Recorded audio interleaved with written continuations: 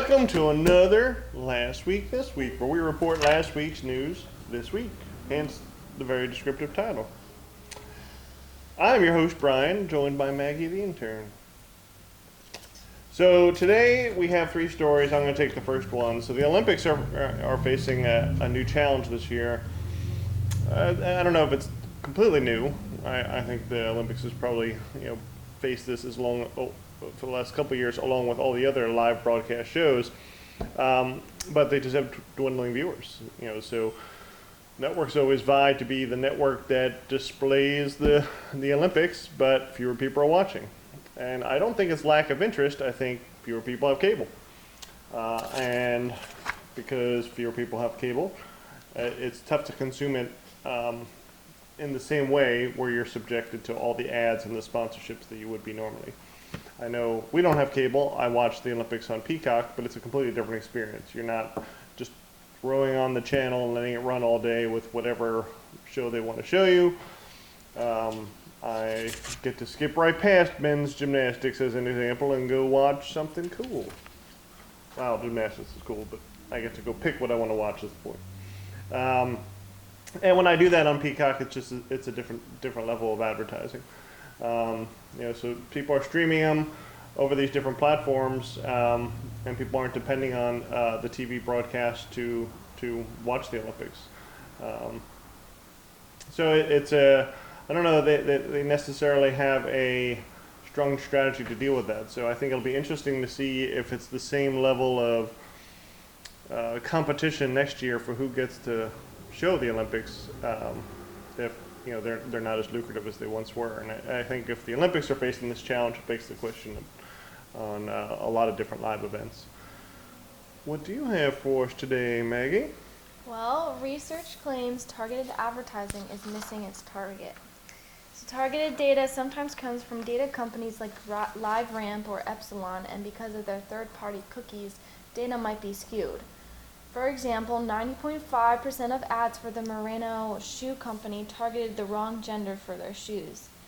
Amazon's advertisements were seen by most of their customers, with around 64%, since they have money to spend on advertising. But Brandable Box, which is a custom packing brand, reached 40% of the audience on the New York Times, the Wall Street Journal, and the Washington Post.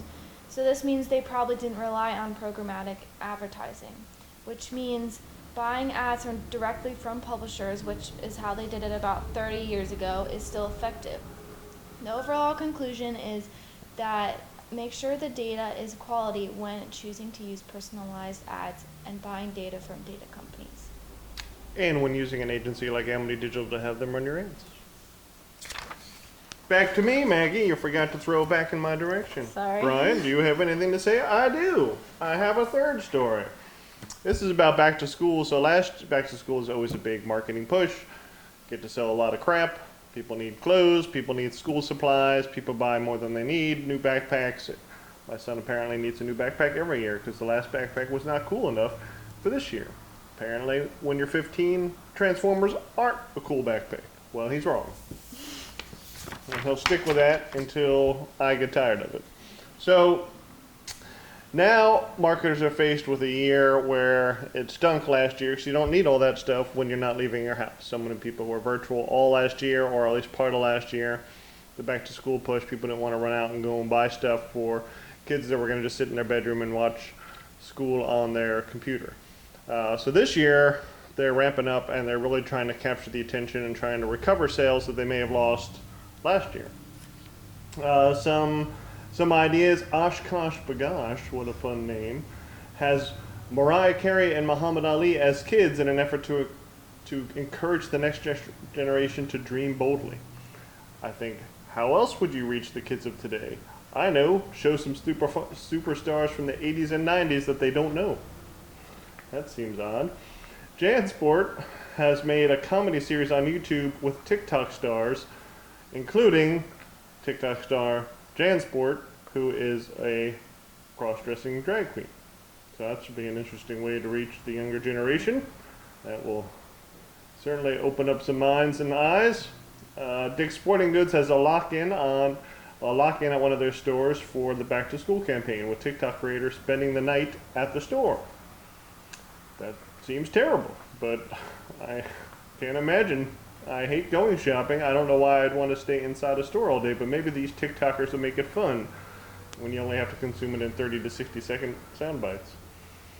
I mean, the moral of the story is a lot of different brands are using TikTok to try to reach kids for the stuff that they need.